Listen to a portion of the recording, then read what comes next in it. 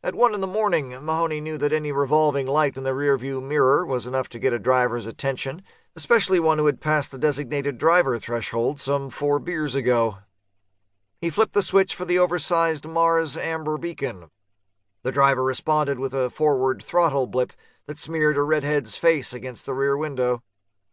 Mahoney smiled as he watched her distorted expression disappear into the night. The attendant at the window wasn't familiar with Mahoney, though she had memorized the company greeting from the training pamphlet. "Welcome to Boondoggles, home of the triple cheese. Yes, please. Can I take your order?" The chain's signature sandwich, a double patty greaser with heavily processed versions of cheddar, mozzarella, and Monterey Jack. To the first-time late-night patron, it sounded like the second coming.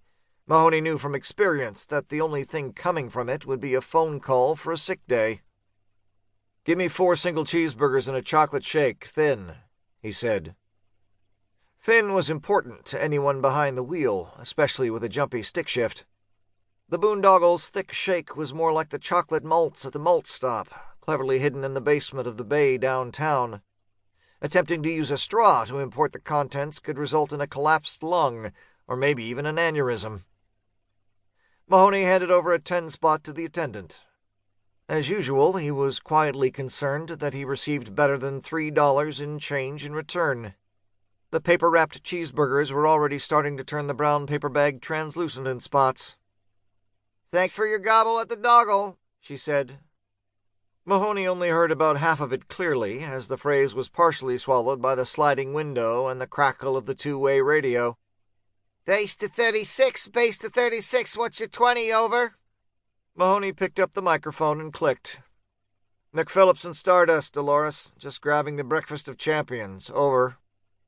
The voice at the other end of the transmission laughed and coughed at the same time, a damp smoker's cough. "That cat food is going to stop your heart cold one of these days. Over." "And 4 packs a day won't? Over." "Fig you, baloney. And your little dog, too. Over." As raw as the off-air conversation could get at the hook-me-up office, Mahoney knew that the on-air banter for the two-way had to be kept PG, thanks to a few complaints that had made their way to the Canadian Radio, Television, and Telecommunications Commission. Someone was always listening, even if it was a fat kid in a basement with a Radio Shack scanner and virgin ears. "What do you got, Dolores? It better not be some drunk rich kid's Trans Am at night moves, 'cause I'm nowhere near it. Over." Mahoney waited for the dispatcher to chastise him for his insolence with a few figs, maybe an offer to go multiply himself repeatedly. Instead, there was a pause. Dolores always paused when it was a bad one. Mahoney knew that the timing was right for a bad one. High school graduation season was in full swing throughout the city. Many schools were still trying to push the designated driver concept, though the reality was that at least 2 teens would die that weekend in closed-casket crashes. "It's a cop call," said Dolores. "North Main Street boat launch. Got a car in the water. Did you get that fiddling cable fixed on the fiddling winch yet? Over." "It's as strong as your breath. Ever heard of a fiddling tic-tac? Over." Dolores coughed. "Ever heard of a ritual killing? Over." "Got it, Dolores. 36, over and out." Mahoney hung up the mic. He steered with his knees while he ate. It took Mahoney about 15 minutes to get to the North Main Red River boat launch. It would have taken less than 10 if it wasn't for the media blockade. Mahoney had attended to numerous bad calls where the reporters were the first on the scene, thanks to their constant monitoring of the emergency frequencies.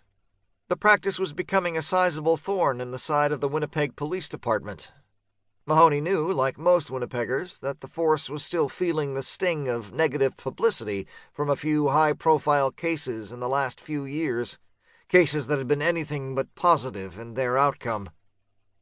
The third trial for Thomas Soffino was underway, with many citizens quietly convinced that he had been railroaded into the role of the cowboy killer who had strangled Barbara Stopple in the bathroom of the Ideal Donut Shop.